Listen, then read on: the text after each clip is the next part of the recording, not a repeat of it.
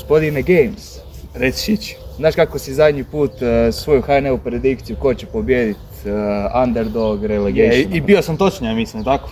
Ni blizu, ni blizu. Ajde da te čujemo ove godine kako će ići. Ok.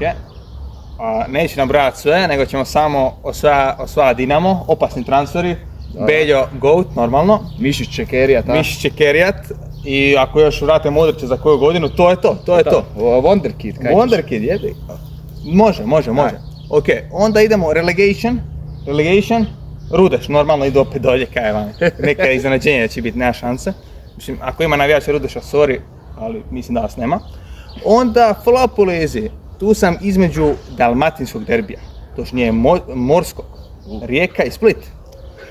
Hajduk je doveo neke zanimljive rupe, free transferi, 200.000 igrači, ali mislim da bi mogli se boriti za drugo, treće mjesto ove godine.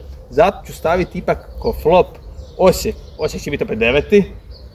Užasne imaju od svega, korumpirani su sve, od kad su prodali onog saudijsku. Mireza, užas.